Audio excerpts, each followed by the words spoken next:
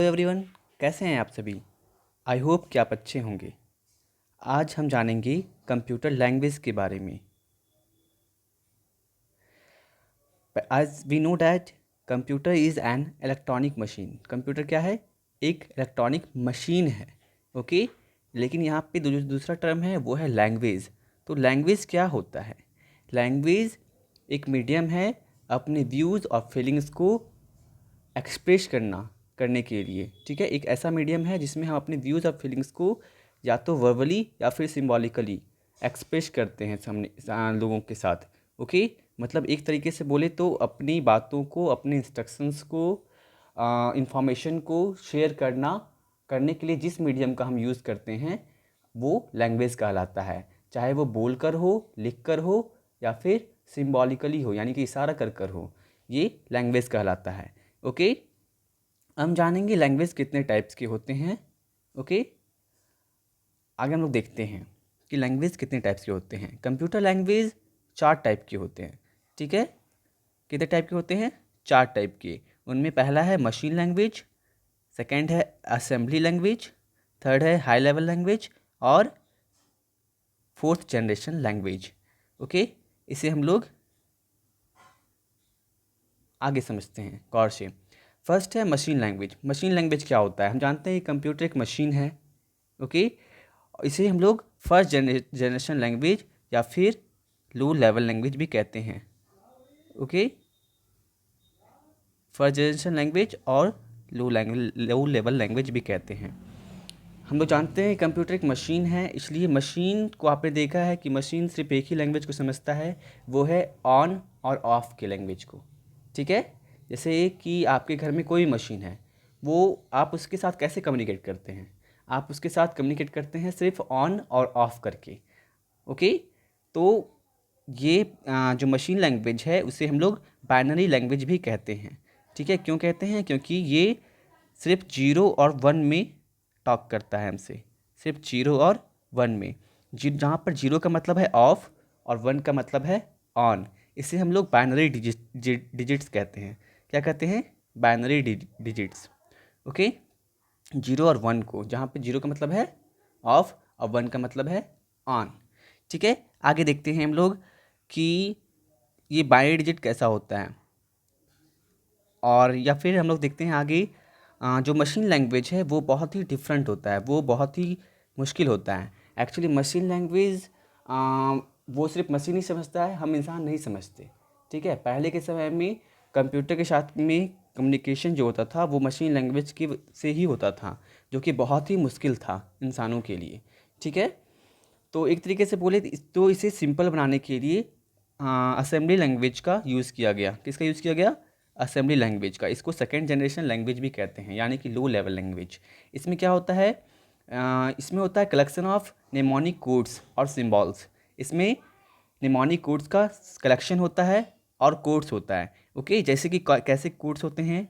तो जितने भी ये निमोनिक कोड्स हैं, मतलब 0 1 जीरो, जितने भी निमोनिक नंबर्स हैं यानी कि बाइनरी नंबर हैं, उनको उनका कलेक्शन होता है ये असेंबली लैंग्वेज में। इसका कलेक्शन करके कोड बनाया जाता है। जैसे कि ऐड करना है तो ऐड के लिए कलेक्शन होता है। ठीक है। ऐड के लिए मतलब निमोनिक कोड्स का कलेक्शन होता है और सीधा हम सिंबल का यूज़ करके, कोड्स का यूज़ करके बना सकते हैं। ओके।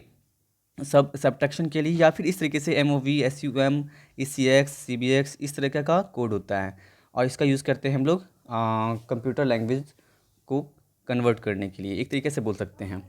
उसके बाद आता है हाई लेवल लैंग्वेज। ये हाई लेवल लैंग्वेज जो है वो थोड़ा एडवांस लैंग्वेज है, और ये क्या है? सिमिलर टू इंग्लिश लैंग्वेज, और कह सकते हैं कि similar to human language. Human language से मिलता जुलता है, और ये requires less time for coding. Coding के लिए कम टाइम भी लेता है। ओके। उसके बाद आता है fourth generation language. Fourth generation language क्या है? ये हाईली यूज़र फ्रेंडली है। हाईली यूज़र फ्रेंडली बोले तो इसके साथ काम करना बहुत ही आसान है। इसका यूज़ करके किसी भी प्रोग्राम को प्रिपेयर करना बहुत ही आसान है। और क्या होता है? Very high speed of execution. इसका जो एग्जीक्यूशन स्पीड है बहुत ही ज़्यादा है। ओके।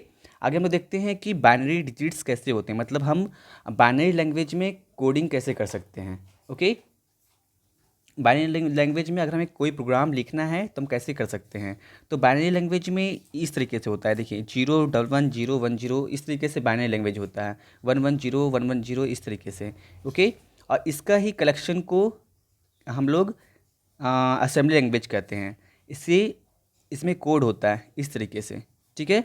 और जो हाई लेवल लैंग्वेज है वो एक कुछ इस तरीके का होता है, जो कि थोड़ा देखो यहाँ पर समझ में आ रहा है, ये कोड तो समझ में नहीं आ रहा है, ये जो कोड है असेंबली लैंग्वेज का, लेकिन जो हाई लेवल लैंग्वेज है जिससे हम लोग 3GL यानी कि थर्ड जनरेशन लैंग्वेज भी कहते हैं, इसमें क्या है कि ये थोड़ा समझ में आ रहा है। यहाँ पे देखो स्टोरेज, ठीक है, प्रिंट, डिस्काउंट, ये सब वर्ड समझ में आ रहा है।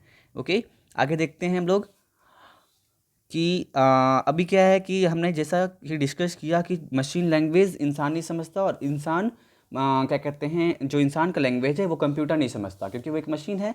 ओके, तो ये आखिर एक दूसरे में कम्युनिकेट कैसे करते हैं एक दूसरे के साथ? तो ये एक दूसरे के साथ कम्युनिकेट करते हैं, जैसे मानते हैं हमें कोई इंस्ट्रक्शंस देना है कंप्यूटर को, तो हम उसे अपने लैंग्वेज में ही देते हैं। लेकिन यहाँ पर कंप्यूटर में एक सॉफ्टवेयर प्रोग्राम होता है जो जिसे हम लोग ट्रांसलेटर कहते हैं, वो हमारी लैंग्वेज को मशीन लैंग्वेज में ट्रांसलेट करता है।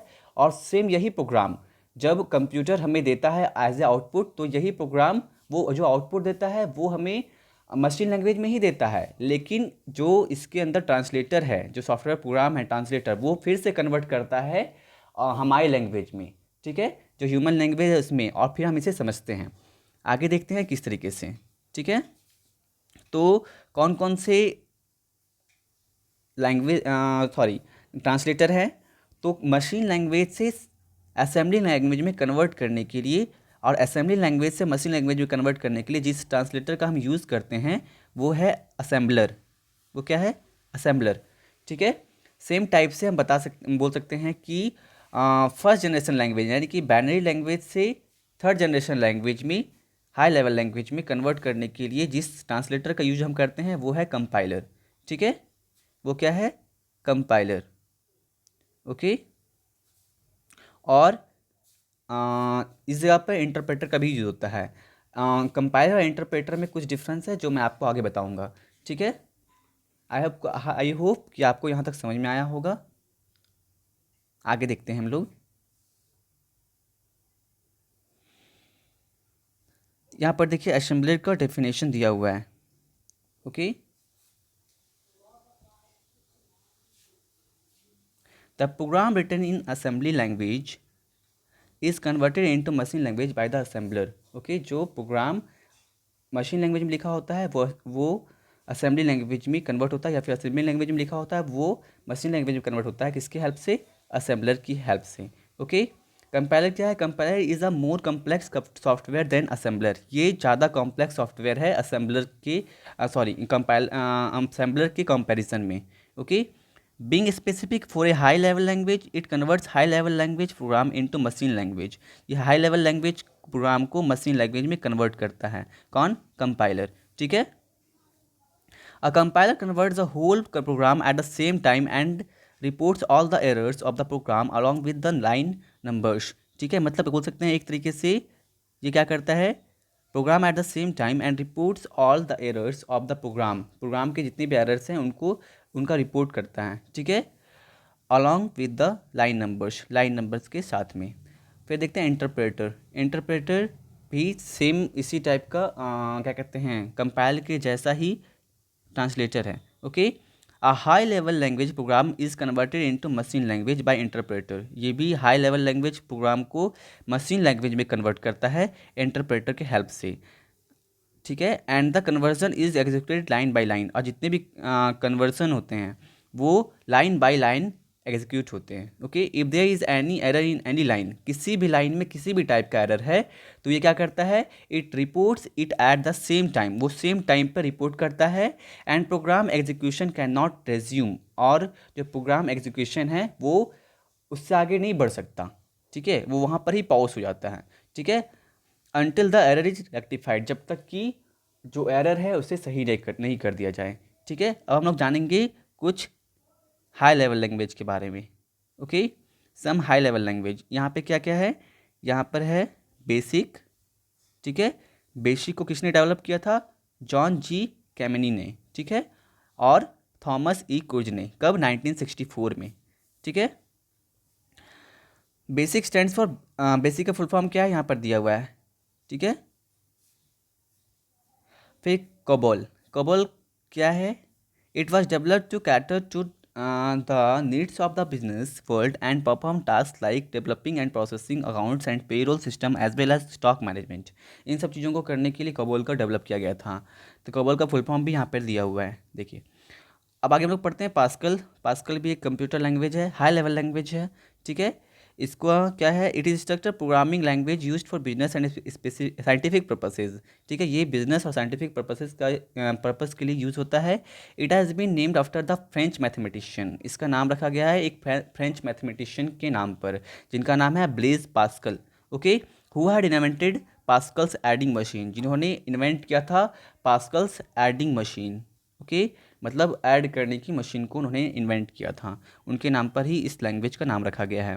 फिर आता है फोर्टन, FORTRN। इसका क्या मतलब है? Formula translator is design to simplify and speed up the complex scientific applications. Fortran जो है वो किसके द्वारा डेवलप किया गया था? जॉन बैकश के द्वारा। ठीक है। उसके बाद आता है Logo. It uses turtle graphic to teach simple designing to children. मतलब बच्चों को सिंपल डिज़ाइन सिखाने के लिए किस चीज़ का यूज़ किया जाता है इसमें? टर्टल ग्राफिक का। ओके, टर्टल ग्राफिक का यूज़ किया जाता है। Logo was developed by Seymour Papert. ठीक है, सिमर पपर्ट। फिर आता है C language. It is a programming language used for designing system software. C language जो है एक प्रोग्रामिंग लैंग्वेज है, और ये किस लिए डिज़ाइन किया जाता है? सिस्टम सॉफ्टवेयर को डिज़ाइन करने के लिए। ठीक है। आप जानते हो सॉफ्टवेयर दो टाइप का होता है, सिस्टम सॉफ्टवेयर और एप्लीकेशन सॉफ्टवेयर। तो सिस्टम सॉफ्टवेयर को डिज़ाइन करने के लिए सी लैंग्वेज का यूज़ किया जाता है। Okay. It was developed in 1972। ये 1972 में डेवलप किया था, हुआ था। किसके द्वारा किया गया था? Dennis Ritchie and AT&T Bell telephone Laboratories के द्वारा। ओके। आगे आता है C++। It is an object oriented language. एक ऐसा लैंग्वेज है, ऑब्जेक्ट ओरिएंटेड लैंग्वेज है। Okay. It is popularly used for developing system software. ये भी सिस्टम सॉफ्टवेयर को ही डेवलप करने के लिए इसका यूज़ किया जाता है। Okay. It was developed by Bjarne Stroustrup Stroustrup in 1983। ठीक है। And AT&T Bell telephone laboratories. मतलब C और C++ दोनों लैंग्वेज को इस कंपनी ने, यानी कि इसने डेवलप किया है। ओके। अब आता है Java. It is an advanced programming language that has been derived from C and C++। ठीक है, ये एडवांस प्रोग्रामिंग लैंग्वेज है जो कि C और C++ से ड्राइव हुआ है। Okay. Java was introduced in 1995 by Sun Micro System. ठीक है, सन माइक्रो सिस्टम के द्वारा ये डिज़ाइन किया गया था 1995 में। ठीक है, जावा। जैसे कि अभी जो आपके एंड्रॉयड एप्लीकेशंस हैं वो मैक्सिमम जावा में ही प्रोग्राम होते हैं। ओके। सो आई होप कि आपको ये चैप्टर समझ में आया होगा। आज के लिए इतना ही। बाय।